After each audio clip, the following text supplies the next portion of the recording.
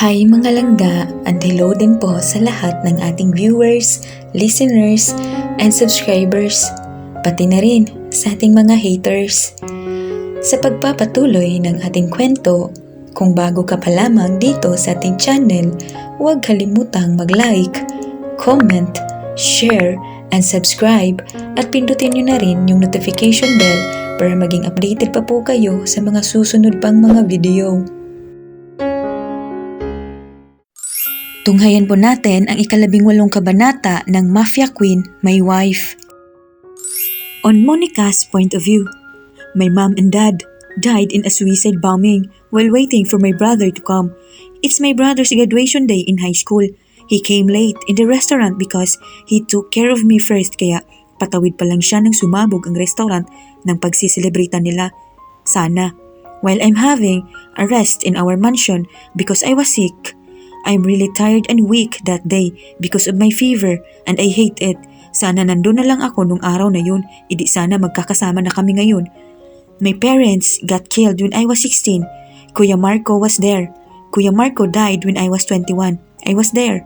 And now, a bomb just got exploded right in front of me. Liam is here. But the fuck, who cares? I won't let that happen again. Who says I let him die today? Liam! Surprise, Tita Nika! Bago pa man ako tuluyang makaharap, ay may mga braso nang sumalubong sa akin at agad akong niyakap. We fell in the middle of the street because of the impact of the explosion and I'm on the top of his body. I don't feel anything. I felt numb and I can't fucking hear.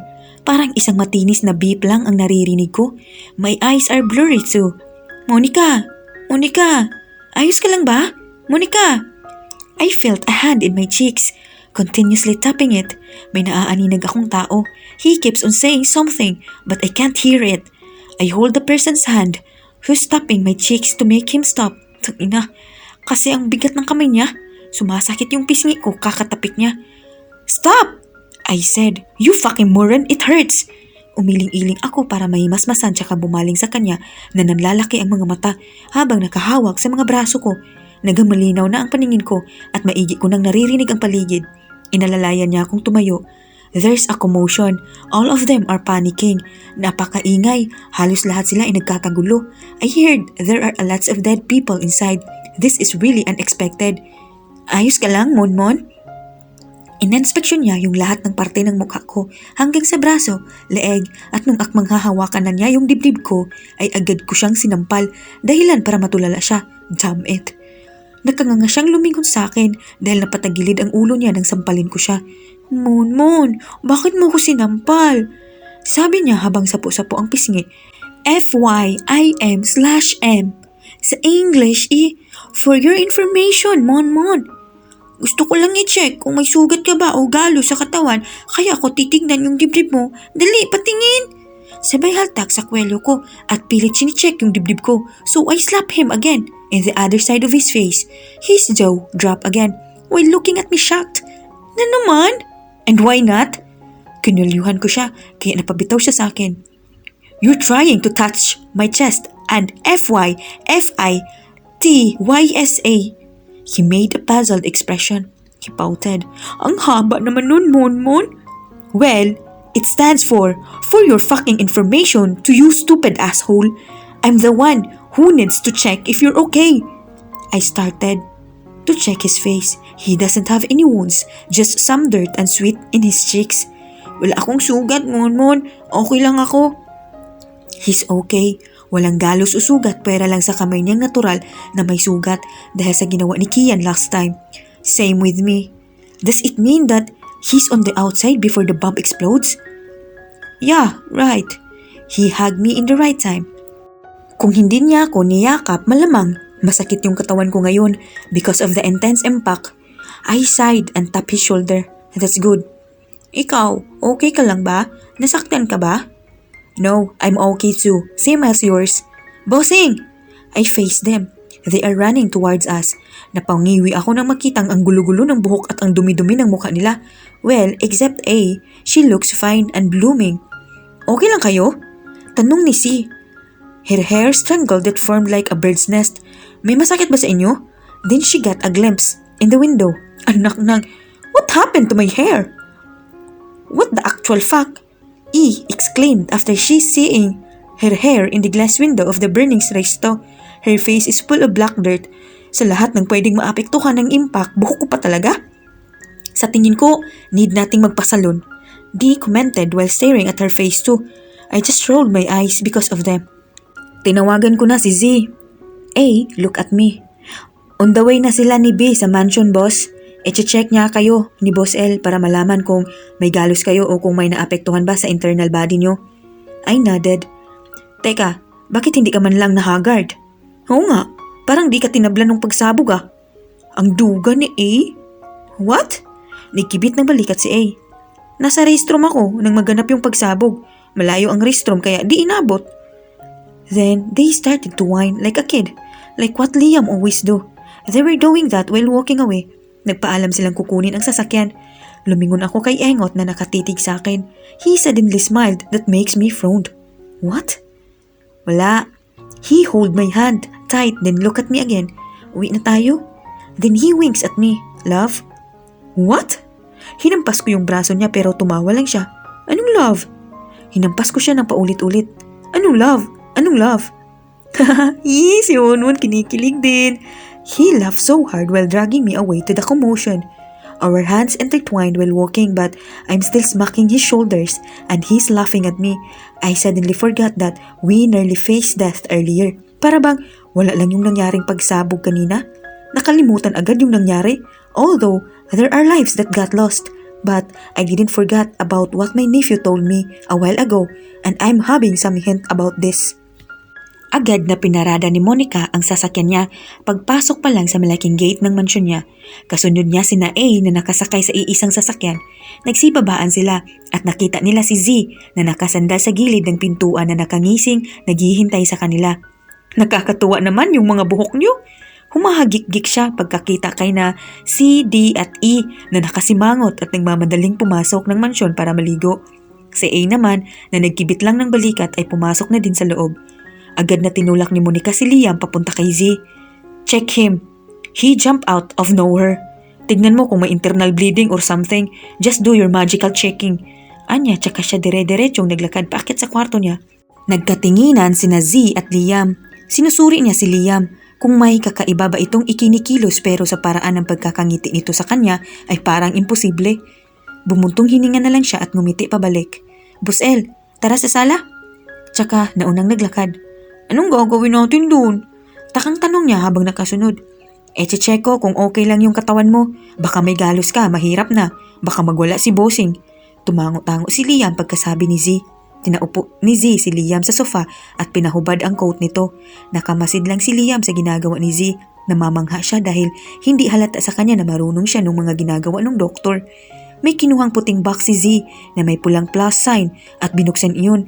Hindi alam ni Liam kung ano yung mga pinagagawa ni Z pero alam niyang chinecheck siya nito. Nagtapat si Z ng flashlight sa mata niya na naging dahilan ng pagkurap-kurap niya. Wala ka namang galos bukod sa sugat na nasa kamay mo. Pinatay nito ang flashlight at ang mewang. Wala ding sinyales ng internal bleeding. Tumango-tango siya. Ibig sabihin okay ka, healthy ka pa rin. Linisin na lang natin yung sugat mo at palitan ng benda pagkalinis mo sa sarili mo. Anya tsaka itinabi yung mga gamit pabalik sa box. Talaga? Ngumuso si Liam habang nagkakamot ng ulo. Z, si Monmon, i-check mo din. Kumunot ang noon niya. Bakit naman? May nangyari ba kay bossing? Nahilo siya kanina tapos parang nabingi dun sa lakas ng pagsabog. Pagkikwento niya habang nasa ere ang kamay na dinidemo yung pagsabog. Boom! Tapos lumipad kami pareho sa kalsada. Pagtingin ko sa kanya nawalan siya ng malay saglit kaya sinampal-sampal ko kaso minura lang ako. Maluha-luha siyang tumingin kay Z kaya napaigik ito. Z! Hindi kaya napurungan si Monmon sa ulo? Sa tingin ko nababaliw na siya. Sabay ikot ng daliri sa tenga na sumisenyas ng baliw. The fuck are you saying again? Bumaba si Monica na nakapajama at sando. Pagkalapit niya kay Liam ay agad niyang hinatak yung tenga nito patayo. Monmon, masakit! Go upstairs and clean yourself. Pero Monmon, nag-uusap pa kami. Nahinto siya sa sasabihin niya nang makita si B na kakapasok lang. Good afternoon, musta? B! Pumalakpak si Liam. Monmon, tingnan mo! Gising na si B! Turo niya kay B na nakatitig lang sa kanya na ipinagtaka niya. Para bang iniis ka nito yung mukha niya? I have my eyes, idiot! Tinulak niya si Liam patungo sa hagdan. Though what I say, go upstairs and start to take a bath. Tumango na lang si Liam habang nakasimangot at umakyat na ng hagdan. Nilingon pa niya sina Monica na nag-uusap na. Napahinto siya nang dumako sa kanya ang paningin ni B na diretso ang pagkakatitig. Nag-hi na lang siya gamit ang kamay kaya ngumiti na lang siya tsaka nagtatakang umakyat papunta sa kwarto niya. Nakababa na din ang iba pang agents ilang sandali ang lumipas. Nagkanya-kanyang upo sila at bati kay B. Nakamasid lang si Monica sa kanila tsaka nagsindi ng isang stick ng sigarilyo. Niyakap si B, nina A habang panay pa rin ang bati sa kanya. Samantalang si Z ay mabilis na pumunta sa kusina para kunin ang kape at merienda na inihanda niya kanina at agad na inilapag sa coffee table sa harap nila. Maayos na ang itsura nila at malinis na ang mga mukha. Nagpalit sila ng mga damit pero katulad lang din ng suot nila kanina. You are definitely awake, bati ni Monica pagkaupo pa lang sa sofa. Ngumiti si B, nakakaupo lang din sa tabi ni Z na umiinom ng kape. So, tinitigan siya ni Monica. How's your... Sasabihin ko yung totoo, Miss Monica. Pumantay ang kiling ni Monica. Alam niyang seryoso ito dahil imbis na bossing ay tinawag siya nitong Miss. Sa totoo lang, wala akong maalala sa huling nangyari sa akin. Hindi ko matandaan yung pangalan na nakita ko sa file, pati yung sinasabi niyong aksidente. Bumuntong hininga siya bago nagpatuloy sa pagsasalita. Pero pwede kong i-hack ulit yung system kung gusto mo. That's quite funny, komento niya tsaka binugay yung usok galing sa sigarilyo. I was going to ask you about your condition, but you already cut my words before I could speak. Naawang ng konti yung bibig ni B, hindi makapaniwalang kakamustahin siya ni Monica. Ngumiti si Monica na lalong nagpaawang, hindi lang sa labi niya, kundi pati sa kanilang lahat. Do you really feel fine right now? Kumurap-kurap muna si B tsaka lumunok ng ilang beses para alisin yung pagambang pagkautal. Okay naman ako. Bumuga siya ng hangin tsaka kinamot ang tenga. Ayos lang ako, boss. Nag-iwas siya ng tingin. Hindi na inasahang kakamustahin siya ni Monica dahil hindi naman ito ganun. Aaminin niyang may pagkamanhid si Monica kaya akala niya ay tungkol sa nakalap ng impormasyon ang itatanong nito. Maski sina A ay napapakurap sa narinig nila. Nagkatinginan sila at nagsisinyasan tungkol sa inaasta ni Monica. Bihirang mag-alala si Monica sa kanila dahil alam nito ang kaya nilang gawin. Malaki ang tiwala ni Monica sa kanila na hindi sila basta-basta mamamatay pagdating sa mga labanan o bigla ang aksidente kaya nakakapagtaka talaga ang mga sinabi nito. Si C naman ay nakatitig kay B na tila nagdududa sa mga sinasabi nito. Tumango si Monica at dinampot ang tasa para humigop ng kape tsaka ulit ito nagsalita. Anyway, about your mission. Pinatay nito ang sindi ng sigarilyo at huminga ng malalim. I want you to stop. Ha?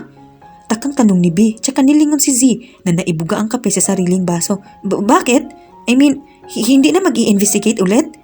Oo nga, boss. Bakit ihihinto? Sigunda ni C na dinugtungan ni A. Malapit na tayo sa sagot, boss. Nakapasok na si B sa system. Bakit ihihinto pa? Hindi ka ba nako-curious, boss? Parang importanteng tao si Boss L. Hindi naman pagtatangkaan si B, di ba, kung hindi siya importante? Anya ni E. Nagkibit lang ng balikat si D na bising-bising kumain ng cookies at uminom ng kape. Umiling si Monica. We have to stop for a while. We don't have to risk everything for just one fucking profile. Tumingin siya kay B na nakatitig din sa kanya. If that idiot is part of an organization in the underground society, then so be it. We don't have to rush such things. I don't want to take another step in exchange of your lives. Doon na tuluyang bumagsak yung mga panga nila. Nanlalaki ang mga matang nakatingin kay Monica at tila naluluha pa. Inilibot ni Monica ang paningin niya sa mga agents niya dahil sa biglaang pagtahimik ng mga ito at napaigik ng bigla itong dampahin at pinagtulungang yakapin. Ow! Ang sweet mo, boss! I love you, boss! Kinikilig ako sa iyo, boss. Grabe! Kaya, ang sweet-sweet mo naman, bossing! For the first time, boss! First time! Kinikilig ako! What the fuck? Inangat niya yung ulo niya para makahinga. Get off me! Get off! Wah! Mon! May group hug! Sigaw ni Liam na naka-onesie na at mabilis na tumakbo papunta sa direksyon niya. Nanlaki ang mata ni Monica. Sali ako, Mon! No way, no! Pinilit niyang umalis pero hindi siya pinakawalan ng mga agents niya. Fuck, no! Weh, group hug! Tsaka dumamba sa kanila. Fuck, Liam! One crazy week later, I'm smiling widely while watching him secretly. Masyado siyang busy kaya hindi niya napapansin na nakasandal na ako dito sa pinto at pinanonood siya sa ginagawa niya. It's been a week since the bombing incident. 17 people died there. A lot of reporters tried to interview us because we are there that time but C took care of the media. Hindi rin nilabas sa mga dyaryo at TV na nandun kami. I hate media. Wala silang ibang alam na gawin kundi ang mang-usisa. I fucking hate catching attention. Isang linggo na ding walang threat kay Liam. The assassins suddenly stopped bugging us, kaya we've been going in such places without worrying. I taught him a lot of things when it comes to being a CEO, and the funny thing about him is he easily adapted my words and action, like for example, the Stitch designed telephone in his desk started to ring and he immediately answered the call without even taking off any single glance from the papers in front of him. Yes, Lani? He frowned while still reading the papers. 3 o'clock? Fine. I'll tell Monmon about it. Then he put back the telephone and continued reading the files. Natatawa ako sa kanya. He looks very serious when it comes to work. Parang yung Liam na kasama ko nung party yung nakikita ko ngayon. He's a complete different person this past few days. Bagay sa kanya maging artista. He acts differently when he's with me. Bumabalik siya sa usual niyang ugali kapag ako ang kasama niya pero kapag nasa meeting kami ay nakakatakot siya. He looks very intimidating kaya napapa-oo na lang ang mga shareholders even though minsan out of topic yung ini-explain niya. Kumbaga nonsense. Except Kian, he's always there in the meetings too at lagi niyang kinukontra si Liam. I'm agree on some of his explanation and suggestions sometimes but Liam gets mad whenever I contradict his ideas. Flashback. Monmon, kinakabahan ako. He said while holding my hand and breathing heavily. Panay din ang silip niya sa loob ng meeting room. Halatang kinakabahan talaga siya. It's his first time conducting a meeting in his whole life. Well, hindi niya naman daw alam kung ginagawa niya din to doon sa past memories. Kaya talagang kinakabahan siya. And I'm laughing hard because of him. Mukha siyang natatae dahil sa reaction ng mukha niya. Plus the fact that he lacks some sleep dahil tinapos niya yung presentation na pinagagawa ko sa kanya kagabi. Nagising ako ng 2:00 ng madaling araw and I saw him in his room, still awake while typing something in my laptop that he borrowed to me yesterday. Magdamag ko din siyang naririnig na nagpa-practice mag-English. Baka daw sa sobrang kaba niya mawala bigla lahat ng English words niya. I tapped his shoulder to comfort him and to lessen the awkward atmosphere. It's okay, just be yourself and don't be nervous. Hindi ka naman nila kakagatin. Inosente siyang tumitig sa akin kaya tumitig din ako sa kanya. What? What's with your look? Bakit naman kasi nila ako kakagatin, Mon? Nangunot yung noo niya. Hindi naman sila werewolves, di ba? Napasimangot ako dahil sa sinabi niya, I think you should stop watching cartoons from now on. Pero, naputol yung sasabihin niya nang may bumangga sa balikat niya. You are wasting too much time from talking her outside. Nilingon ko si Kian na nakapamulsa at kadarating lang. He smiled at me and greeted me a good morning so I just nodded but when he looked at Liam, they are now both shooting glares at each other. Huwag mong sayangin yung oras ng mga taong naghihintay sa'yo sa loob ng dahil lang sa kaartihan mo. Anya, tsaka pumasok na sa loob. Ano? Natawa ako sa reaksyon niya dahil sa sinabi ni Kian. Parang uusok na yung ilong niya sa inis. Bakit nandito yung unggoy na yun? Napakakiispi nung ex mo, Mon. Chismoso pa. Nakikinig sa usapan, kahit kailan, epal. At sinong nag-iinarte? Siya nga maarte dyan May pasaksak-saksak pang nalalaman nung nakaraan. Hindi naman siya inaano. Hindi ko siya sinagot. Bagkos ay mas lalo lang lumakas yung tawa ko. He looks very angry. Stop it! Baka kapusin ka ng hininga dyan, kakaangil mo. I said but still laughing. He really looks pissed. Bakit ka tumatawa, Mon? Hindi nakakatawa yung ex mo at lalong hindi siya nakakatuwa. Umakma siyang susugod pero hindi naman umaalis sa pwesto and now he's holding my arm na para bang nagpapipigil. Pigilan mo ko, Mon Pigilan mo ko. Dali, pigilan mo ko at gigirahin ko yung ex mo. He looked at me frowning. Bakit di mo ko pinipigilan, Mon? I can't refrain myself from laughing. He's so funny. He's fucking throwing some tantrums. Isa pang nakakatuwa sa kanya ay yung eye bags na nakaguhit sa ilalim ng mata niya. Puyat talaga siya. I stop myself and take a deep breath, tsaka ko siya nilingon ulit nang nakangiti bago inilahad yung kamay ko sa harap niya. Shall we go now on the meeting room to start your presentation, Mr. Anything? Umawang yung labi niya at namula ang tuktok ng tenga at mga pisngi, pero agad din siyang ngumiti at kinuha ang kamay kong nakalahad. He intertwined our fingers to lock it to each other's hand bago nagsalita. Sure, Mrs. Anything. Then we started to walk towards the meeting room. I felt my heart inside my chest. It's beating fast as always. Hindi na din ako naninibago sa eksenang to. I'm just ignoring it. Wala ding patutunguhan kung gagawin ko itong big deal. Pagkapasok pa lang namin ay ramdam ko na ang di maipaliwanag na atmosphere. Maybe because they don't like my idea of having a partner CEO, lalo na't hindi nila alam na may asawa na ako. I'm one of the young billionaires here in the Philippines but I don't do interviews or TV guesting kaya wala silang alam sa personal na buhay ko. There are more than 10 shareholders here plus Kian, who's one of the major shareholders. He's sitting to the opposite direction of my seat. Magkabilang dulo kami nakaupo and now that Liam is here, there are 2 swivel chairs in my side, one for me and one for him.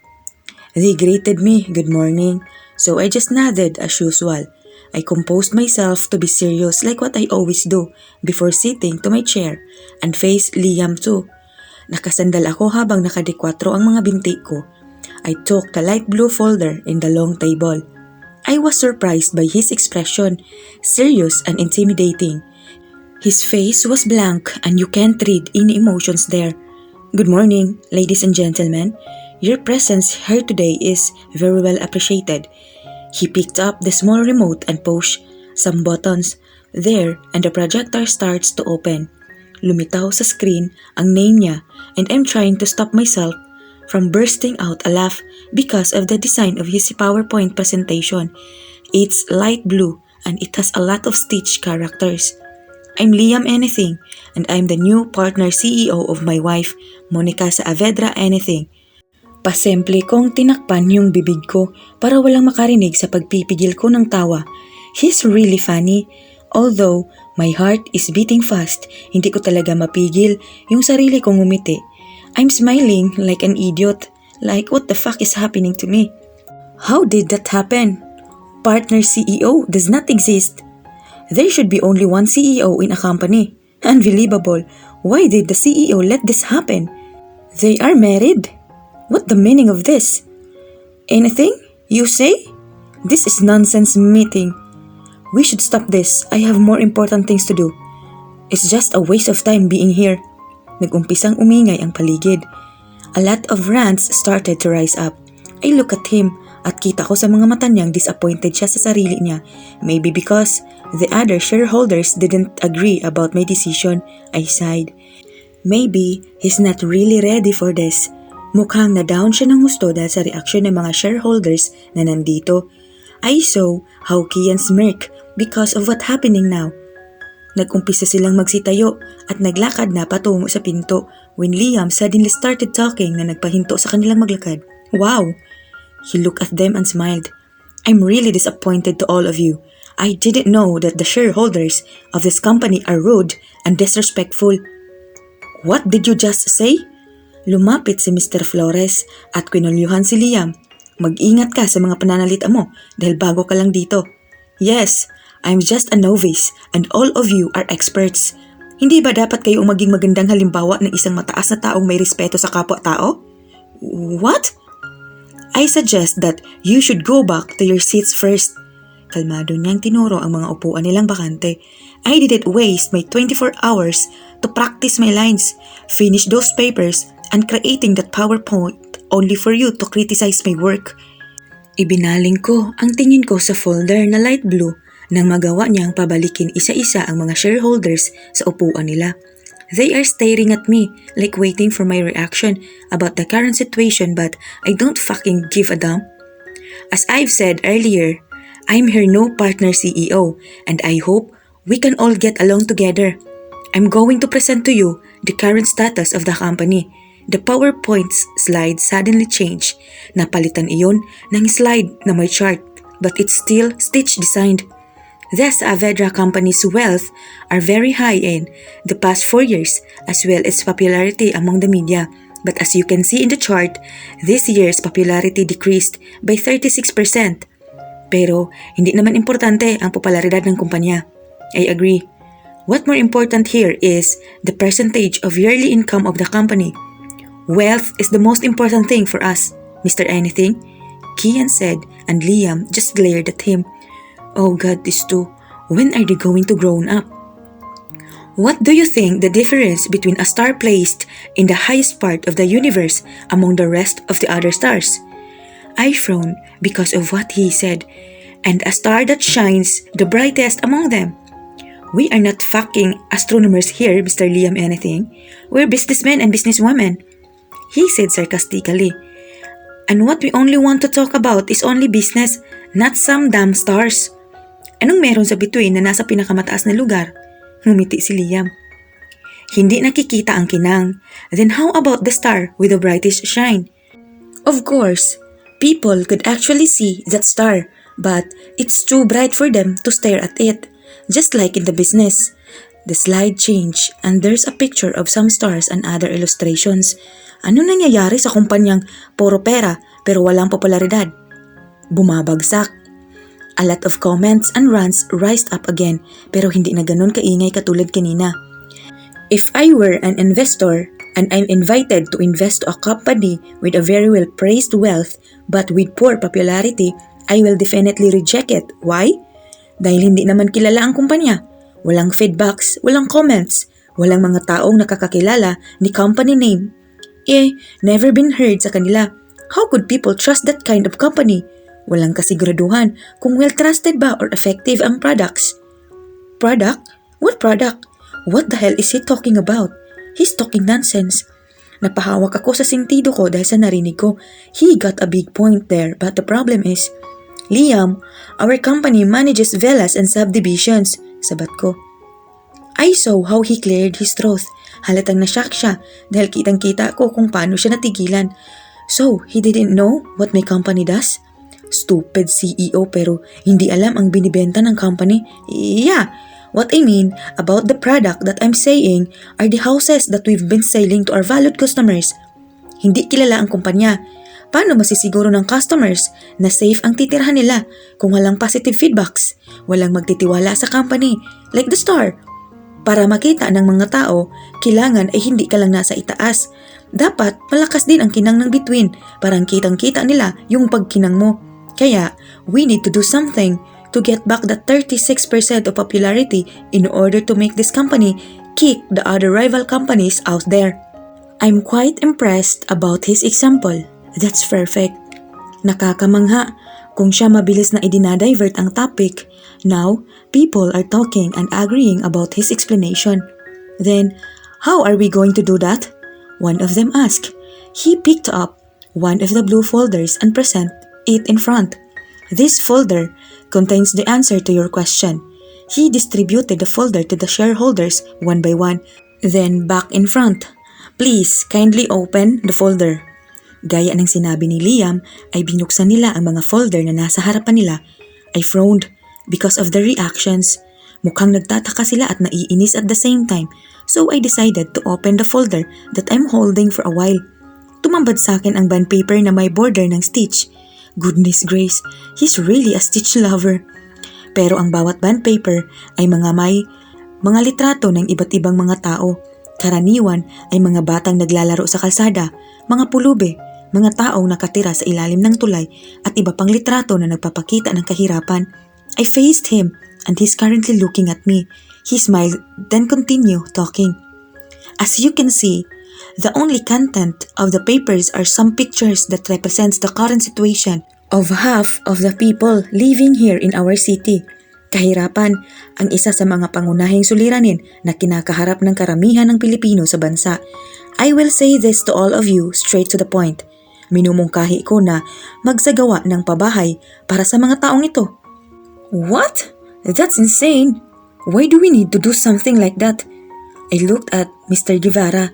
Nanahimik siya at iniwas ang tingin sa akin. Why should we waste our money for some people like them? Nilingon ko si Kian na nakatitig kay Liam. He's really serious while looking at him. Ang karaniwang pabahay para sa mga taong kagaya nila ay nagkakahalaga ng bilyong piso. Wala naman silang maibibigay na benefits sa atin, kaya bakit natin sila pagkakagastusan? Sila ang magbibigay ng positive feedback sa atin. Kapag nalaman ng media ang ginawa ng kumpanya natin para sa kanila, siguradong makikilala lalo ng tao ang pangalang sa Avedra Company. I see the sincerity in his eyes, full of determination to push this project. Mas lalo silang magtitiwala sa kakayahan ng serbisyo natin. Hindi natin kailangang mag-produce ng sobrang gandang bahay o sobrang laki.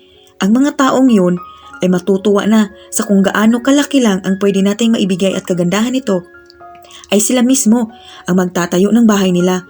We're going to produce the materials that they need, tapos sila na ang bahalang gumawa. See? We don't need to hire some construction workers for that project dahil kayang-kaya nilang magbayanihan para makagawa ng sariling bahay. I also want us to provide a shelter for the aged people, yung mga matatandang nagpapalaboy-laboy na lang sa kalsada na dapat i-adapt at alagaan dahil hindi na nila kayang asikasuhin ang sarili nila. Same for the kids who doesn't have any relatives. Dapat silang pagsamahin sa isang malaking institusyon. We should also give some renovation for the other orphanage around the city.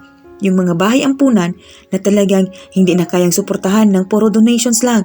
We need to make an action about this. How about the financial? Saan natin kukunin yung pera ang gagamitin para sa project na to? Sa profits. The PowerPoint slide change again. Bilyon-bilyong piso ang halaga ng perang kinakita ng kumpanya natin sa loob lang ng isang segundo. Hindi nalalayong bilyonis din ang tubo na nakukuha natin mula dito. Hindi pa rin sasapat yung profits na nakukuha natin mula sa income ng kumpanya. Sa dami ng taong bibigyan natin ng pabahay sa syudad, sa tingin mo, hindi kukulangin yung billion profits na sinasabi mo? They are now glaring at each other. Sobrang sama na ng tinginan nilang dalawa na to the point pinagtitinginan na sila. I dropped the folder in the table and fixed my coat and polo. Liam, Mr. Verdan has a point. Kahit umaabot sa bilyon ang profits na nakukuha ng kumpanya ay hindi pa rin sasapat yun to provide the materials that we need to start this project. Lumingon siya sa akin na para bang binabalaan ako. What? I'm stating his point. Okay, he said na para bang labag sa loob niyang pumayag. At ano naman yun? This project is a very good idea to gain the lost 36% popularity of the company. That's why I'm adjourning this meeting and rescheduled this for next week in order for you to think of another efficient way to solve this problem. Liam. Tumango siya pero halatang napipilitan. Dismissed. Sabi ko tsaka tumayo at nauna nang lumabas. Naramdaman kong sumunod siya hanggang sa makarating kami sa opisina ko. Monmon, bakit? Nilingon ko siya na nagtataka habang paupo sa swivel chair ko. Anong bakit? Bakit mo kinakampihan yung unggoy na yun, Monmon? Ngumuso siya at umupo sa sahig na parang naglulupasay. Nakakainis ka. Kinakampihan mo yung unggoy mong ex kaysa sa akin. I laughed hard because of his actions. Idiot. End of flashback. Napangiti ako dahil sa naalala kong yun. That was a week ago at hindi pa rin ako nakaka-move on dahil madalas niya pa rin i-bring up yung nangyaring yun. Busy? I said. He turned his gaze on me and his face lit up, very bright. Monmon! Tumayo siya at tumakbo palapit sa akin. He hugged me tight kaya napangiwi ako. Para namang hindi kami nagkita kanina. I'm gone for just an hour. Namiss kita. Yeah, whatever. Bumitaw ako sa kanya at nakita na naman ang nguso niya. What? Napapagod na ako, Monmon. Ang daming papel na dapat pirmahan tsaka ang daming meetings na dapat paghandaan. Napapagod na ako. I smirked because of his reaction. Bear with it, idiot. Kaya mo yan. Isang linggo mo nang ang ginagawa. Ngayon ka pa nagreklamo? Sumimangot siya at nag-cross arms. Pero Monmon, ang dami-dami kasing gawain. Tingnan mo oh. Alas 11 pa lang ng tanghali pero parang gusto nang idikit nila ni sa noo ko lahat ng meetings na dapat kong puntahan. Hey, tigilan mo nga kakareklamo mo. I've been the CEO of this company for straight 6 years. Kung tutuusin, mas pagod ako kesa sa'yo. So stop whining. Ngumuso siya at umangkla sa braso ko. Natawa ako dahil sa mukha siyang nagpapakyut kaya tumatango-tango ako. Alright. I picked up my new phone again dahil yung phone na bagong bili nila ni last week tumilapon dahil sa pagsabog. I dialed her number na agad naman niyang sinagot. Yes, Miss Monica? Clear my schedule for today. Natagalan siya bago sumagot. Are you sure, Miss Monica? Yes. Okay, I'll clear it right away. I ended the call and looked at him. Aren't you hungry? I saw how his face suddenly lit up. Kumikinang din yung mga mata niya. Wah, kakain tayo, Monmon? Yeah, but I didn't pack our lunch today, kaya sa fast food tayo kakain. Ayoko, Monmon. Agad niyang sagot. Natawa ako. Ever since kasi na mangyari yung pagsabog sa restaurant ayaw na niyang kumain sa iba pang fast food or restos. Kaya binabaonan ko na lang siya ng lunchbox. Childish, right? Yung lunchbox pa niya stitch design. Maski yung water bottle, pati yung kutsara tinidor may stitch din. How I wish him to stop admiring that ugly cartoon. Wala siyang mapapala kakanood dun. Why not watch Hello Kitty? Fine, I'll shut up. Should we go home and cook our own lunch then? He nodded multiple times while dragging me out of the office. Tara, tara, tara! Hinayaan ko lang siyang hatakin ako hanggang sa elevator. He keeps on telling me stories about what he's been doing today while I'm out for a bit. Galing kasi ako sa isang transaction sa customer about weapons. It's a big time syndicate so I need to face them personally. Mabilis lang kami nakarating sa ground floor. Hinatak ko siya papunta sa parking lot pero hinila niya ako palayo dahilan para mahinto ako. What's the problem? Huwag na tayong gumamit ng kotse. Sayang gasolina, Monmon. I arched my eyebrows because of what he said. So, you want to walk our way home together? Umiling-iling siya at hinatak na naman ako sa may tapat ng pedestrian lane. Sasakay tayo ng jeep, Monmon. What? I pulled my hand and crossed my arms. No way! What's the use of my car kung hindi naman natin gagamitin? He pouted his lips and stomped his feet. Pero Monmon, kailangan nating mag-conserve ng gas para mamayang pag-uwi natin. Ayaw mo nun? 8 pesos pa lang, makakarating na tayo sa pupuntahan natin. Why do I have to conserve my gasoline? I have loads of money, kaya hindi ko kailangang magtipid or what so. Fuck! Liam! Put me down! Sigaw kong bigla niya akong buhatin na parang sako ng bigas at tumakbo patawid ng kalsada. I'm smacking his back pero hindi tumatalab. I said, put me down, Liam! Isa! Isang liko na lang, Monmon, sa kaya na. He said habang papaliko. I saw a lot of people walking towards the long crapper car. I don't fucking care. Just put me down. Sinabututan ko na siya, kaya napaaho siya. I'm fucking warning you. Ah, Monmon naman. Fuck. I don't fucking know the reason of why I'm here and you're fucking sitting next to me, smiling widely like an asshole, while all of the fucking people here is trying to smash me. Hirap na hirap niya akong nilingon dahil iniingatan niyang mauntog sa hawakan ng bulok na sasakyang to katulad ng nangyari kanina. Napamura ako sa inis, nang lalong lumawak yung ngiti niya habang hawak ang kamay ko. Dagdag pa tong mga taong nakangiti habang kanina pa kami pinanonood. Lalo na tong 3 clown na kaharap namin. This is so irritating. We've been sitting here for like 1 hour. Kung doon kami sumakay sa Aston Martin kung sasakyan di sana, kanina pa kami nandun sa pupuntahan namin. It's freaking hot and sticky here. Nagkakainis yung usok na humahawi sa buhok ko. And the fact, it's not safe sitting here.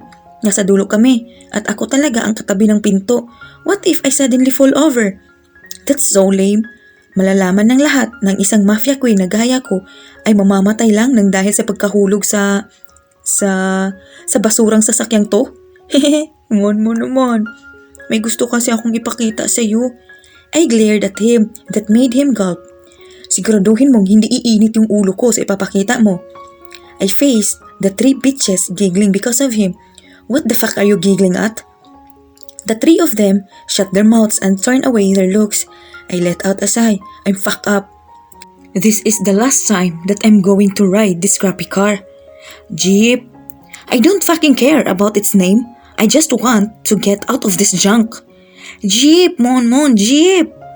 Nilingon ko siya. I know. Can you please stop repeating its name? I brushed my hair with my other hand.